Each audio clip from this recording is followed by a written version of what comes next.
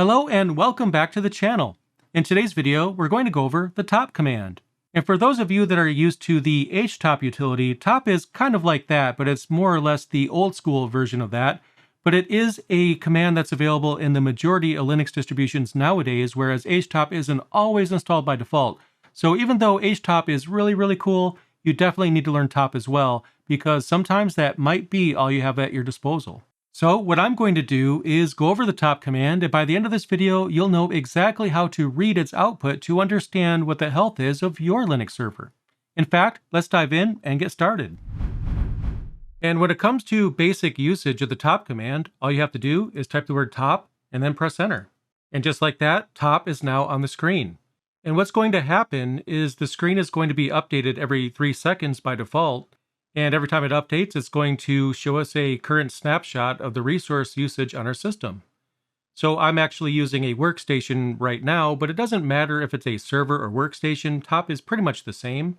The only thing that really changes when it comes to one system or another is how many CPU cores you have, the amount of memory that you have, and so on. So anyway, if you're experiencing resource contention or potential resource contention, for example, maybe your system is running slower than it used to, then the top command is a great place to start, because if there's going to be some resource contention, you'll definitely see that here in the output of this command. And then when you're finished with top, you simply press Q to quit out, and that takes you back to the command line. But let's go over the top command to make sure that you understand everything that you see right here. There's a lot of information, and some of it is going to be information that you'll need on a regular basis. Other things here might not be as useful. But what I'll do is just go through everything that you see here to make sure that you understand the top command. Now, the first thing to know is that top is split into two main sections.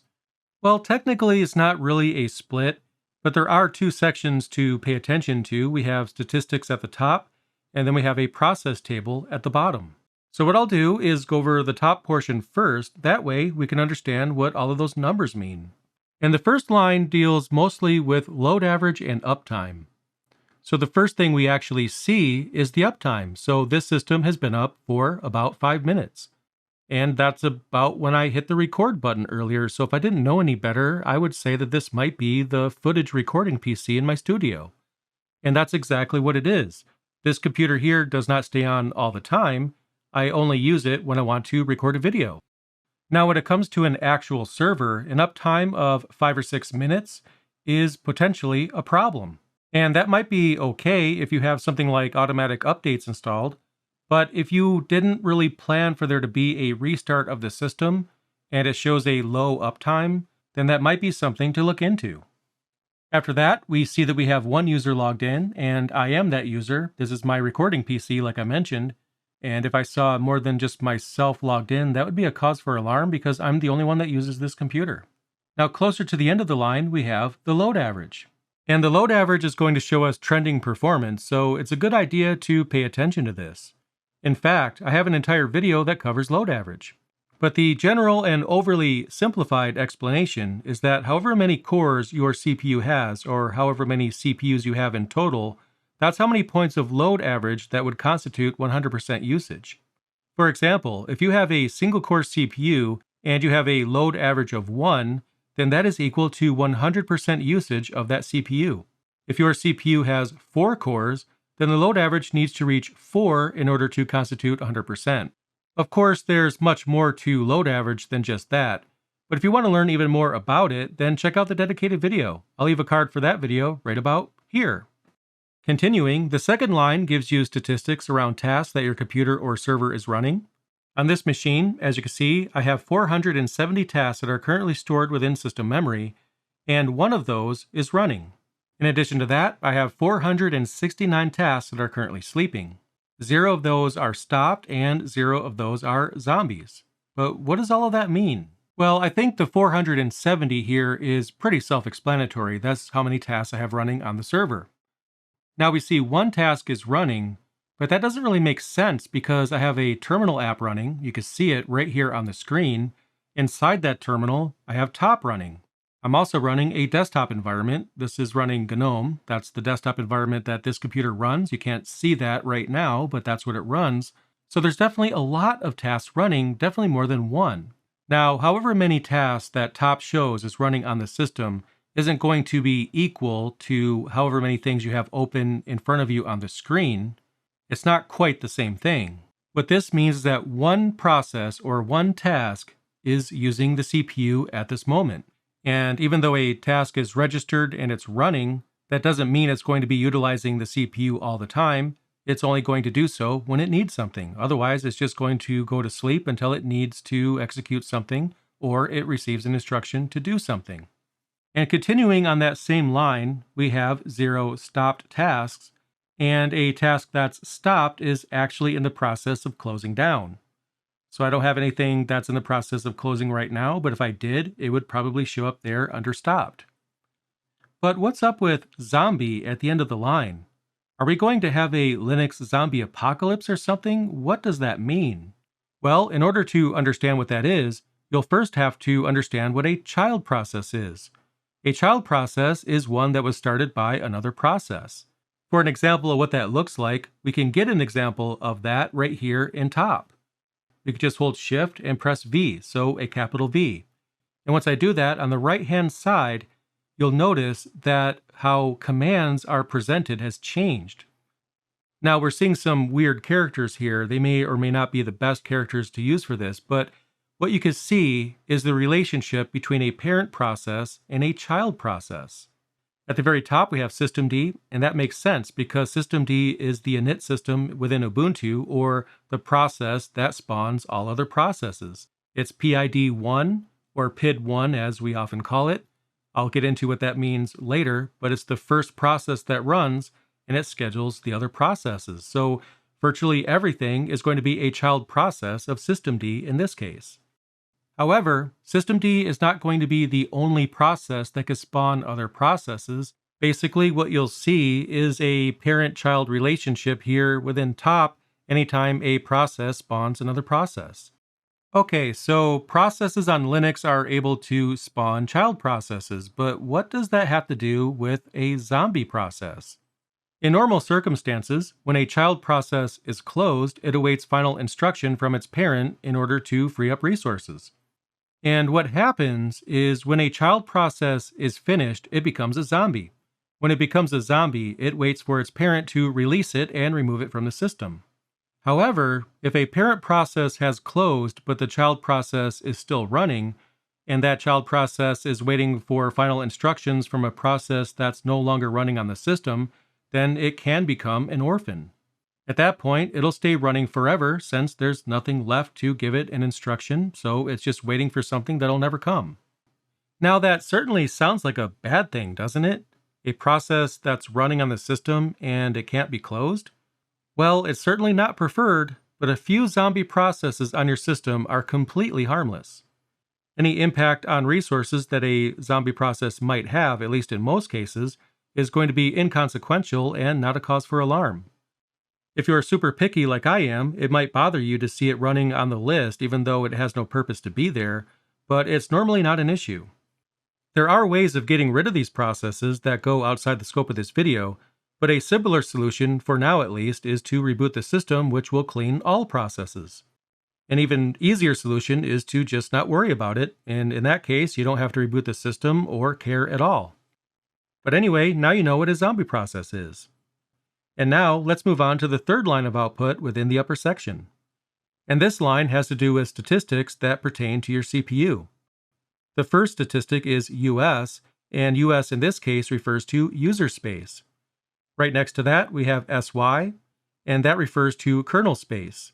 SY meaning system, but it's about the kernel. And I'm mentioning both of these at the same time because they're directly related to each other. So user space, if you haven't heard of that term before, is where programs run. If you're running LibreOffice on a Linux system, for example, it's running in user space. If you're running Apache or Nginx on a web server, then Apache or Nginx is going to be running in user space.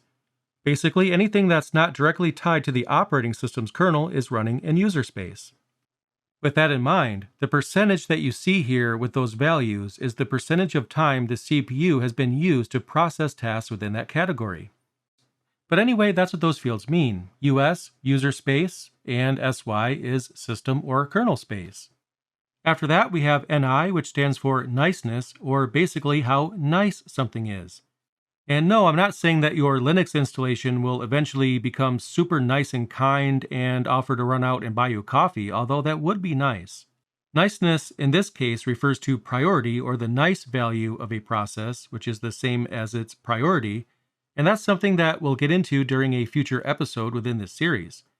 But for a short summary, you can configure the nice or niceness value of a process to alter its scheduling priority on the CPU. Perhaps you might have something running on your Linux server that is super important, and you want to make sure the CPU is paying special attention to that process.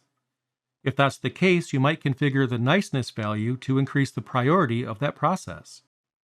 Now, in regard to top, this field is showing you the percentage of time the CPU has spent running processes that were configured with a custom nice value. I haven't altered this on any process, so it's 0 in my case. Now, continuing on from there, we have idle, and that's labeled ID here in top, and this field shows how much time the CPU has been idle for.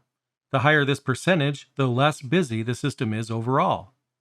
And I'm nearly 100% idle at this time. I mean, literally, a terminal and top are the only things that I have running. I haven't even opened a web browser yet. So this system is very underutilized. Now, after that, we have WA, which stands for waiting. How long has a task been waiting on input or output? Now, it's a bit more complicated than that, but the takeaway here is that the higher the wait percentage, the worse it is, because we don't really want our servers to be waiting on anything. So the fact that I'm seeing that as 0 in this case is a great thing. Next, we have HI and SI, and those refer to hardware and software interrupts respectively, or how much time the CPU has been spending processing hardware and software interrupts. And that's not something that you'd normally be all that concerned about nowadays, so I'm going to leave it as simple as that. Finally, we have ST, which refers to how much time a virtual CPU has been waiting for the physical CPU. And that's another field that we probably won't pay that much attention to, but I just wanted to make sure that you understood what that meant. And yeah, that was a lot of information, so I would totally understand if you needed to pause the video and finish writing down something if you're taking notes. But thankfully, from here on out, explanations are going to be a lot less complicated. Alright, so continuing to the fourth line, we have memory information. And I think this is fairly straightforward, especially when you compare it to the line just before it. We see the total amount of memory that we have installed. It also shows how much memory is free, and then the amount of memory currently being used. The final section on this line shows how much memory the cache is using, and this is information that exists on the storage medium that's loaded into memory or is in the process of being written to the disk. Linux itself tries to be as efficient as possible when it comes to managing this cache, and you know what? It does a very good job of that. So normally, you won't have to intervene when it comes to the cache.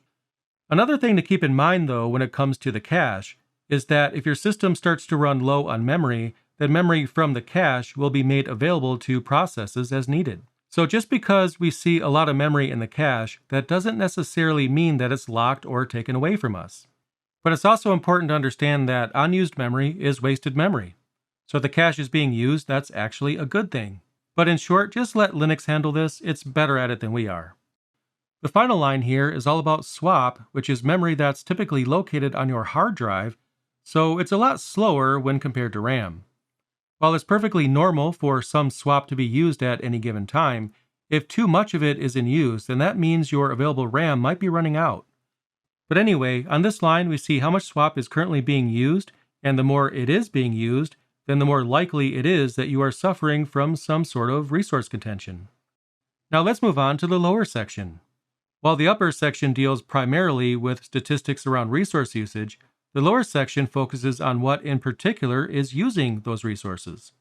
As you can see, we have a lot of tasks that are here in the list, and we can see all kinds of information about these tasks, such as the process ID, which user is running the process, the priority of the task, the niceness value, the total amount of virtual memory being used by that task, and we also have the RES field, which shows up after that, and that field tells us how much physical memory is being used by the process.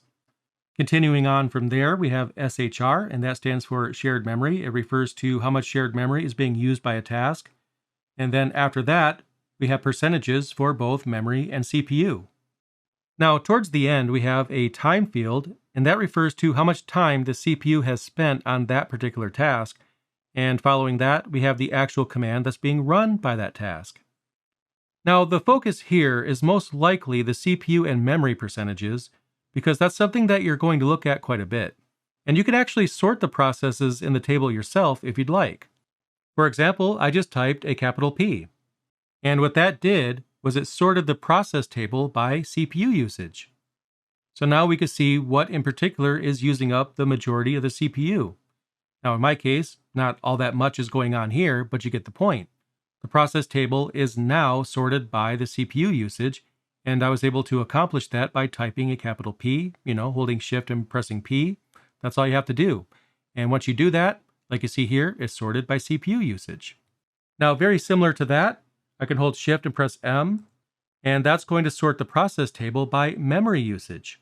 So if you have a situation where your CPU isn't all that busy, but your memory is being saturated, then in that case, you might want to sort the process table by memory, and that should show you immediately what's using the most memory.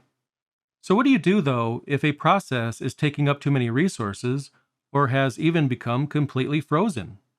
Well, what you can do is press K on the keyboard, and what that'll do is bring up this prompt right here. It's closer to the top. It's asking for a process ID. Now, every process has a process ID, and no two processes can have the same process ID. So if I wanted to kill a process, get rid of it, make sure it's not running at all, then what I could do is type in the process number right here, and the process will be killed. Now, I'm not trying to do that right now because I'm recording a video and I don't want to kill the wrong thing and ruin something. So basically what I'll do is just let you know how you handle this. What you'll do is just type the PID field in right there if you want to kill a process. You should always try to close the process normally before resorting to that. But if you have no other way of getting that process off your system, then killing the process might be the only way to do it. Now, the next thing I want to show you is that by default, Top updates its display every 3 seconds. But you could change that if you wanted to. For example, you could press letter D on the keyboard, but first of all, I have to hit escape to get out of this prompt right here for the PID, since I don't actually want to kill the process. But anyway, I'll press D on the keyboard, and there closer to the top, it says change display from 3.0 to, and then we just give it a number. So if I wanted to update this very frequently, I could change it to 1 for every 1 second. I think that's overkill, but I'll do it anyway. And now the screen is going to be updated every second. Or maybe I might want to slow that down. So what I'll do is change it to every 5 seconds. And now it'll be updated less frequently than it was before. Okay, so I explained in quite a bit of detail here what these numbers mean when it comes to top. And there's a lot of detail there. So what I'm going to do right now is go over the most important parts of the top command. That way you'll know exactly what you should focus on. You don't have to memorize everything here, but some of the fields here are going to be more important than others. Now, the first and perhaps easiest thing to check is the uptime. Like I mentioned closer to the start of the video, if you see that the system was rebooted recently, even though there was no plan for that to happen, it might mean that the system restarted for some reason, and that might be a clue that something strange is going on. In my case, the low uptime is expected because, I'm recording a video, and I only have this computer running when I'm recording, so it's only been up for 45 minutes at this point. And yes, it takes me a long time to record a video, but thankfully I edit them down and you only see the good parts. Anyway, the next thing that I look at is the idle field. And that field is sort of a double-edged sword. I mentioned earlier that this value refers to how idle the system happens to be, and the higher this number is, the less work your system is doing. And you might think that a higher number here is a good thing. And yeah, that might be the case. I mean, if a system was 0% idle, that would definitely be a problem. But sometimes an underused server is also a problem. For example, if you have a cloud server and that cloud server is constantly showing as idle, then that server might just be a waste of money. Think of it this way. The reason why a server exists is to do work. And if a server rarely has work to do, then why are you paying for it? It's probably a waste of money at that point. Now, on the other hand, if you have a server that is normally something like 40% utilized at any given time, and then all of a sudden it's nearly 0% utilized, that might mean that the process the server was designed to run is no longer running. Maybe the app crashed or something like that. In that case, the server isn't doing anything on account of the fact that its primary application has crashed or closed. And if that's the case, you might want to troubleshoot why that process closed and then start it up again. So basically, what all of that means is that a high CPU usage could be a problem, but low CPU usage can also be a problem. It just depends on the server and why the server exists. Now, sometimes a low idle percentage can be fine because maybe you might have a server that exists to run reports or schedule jobs. Maybe that server doesn't really perform anything during the day. It does all of its work at night. So during the day, you might see it, idle. And then when it does its work at night, then it's going to use the CPU at that time. And in that case, the low idle percentage might be normal. But in most cases, though, something is supposed to be running. And if you see a high idle percentage, then that could be a problem. Now, right after that, the next thing that I'll look at is swap. Of course, memory is important too, but I want to make sure that swap isn't being overly utilized. If it is, that's a clear indicator that something is saturating the memory. At that point, I really don't even have to look at the memory to know that the memory is, being overly used. That's why swap is used. It's used in place of memory. So if I see swap is spiking, then that's a cause for concern. In my case, I have, about 2 gigs total and 2 gigs free, so swap isn't being used at all. When it comes to memory, this system has 32 gigabytes of RAM, and quite a bit of that is free. So I guess what you can glean from this is that my footage PC is way overspec'd for the job. It doesn't really take all that much to record, so most of the resources aren't being used. But anyway, after that, the remaining things that I look at will depend on the situation and what I've found so far as I've gone over the previous things that I've mentioned. Again, I want to know how long the system has been up for. I want to know its load average. If it's overly idle, that could be a red flag as well. Or if the idle percentage is low, that's a red flag. And then I'll look at swap and so on. There's a number of things that I look at very frequently, and the rest I generally ignore. Now, of course, you might find a use for the things that I don't use, but all things considered, those are the things that I find the most important when it comes to the top command. So there you go. I just went over the top command, so hopefully it helps you guys out. Be sure to like this video if it did help you out. And I have some other content coming for this channel very soon that I can't wait for you to see. So definitely subscribe, and I'll see you in the next video.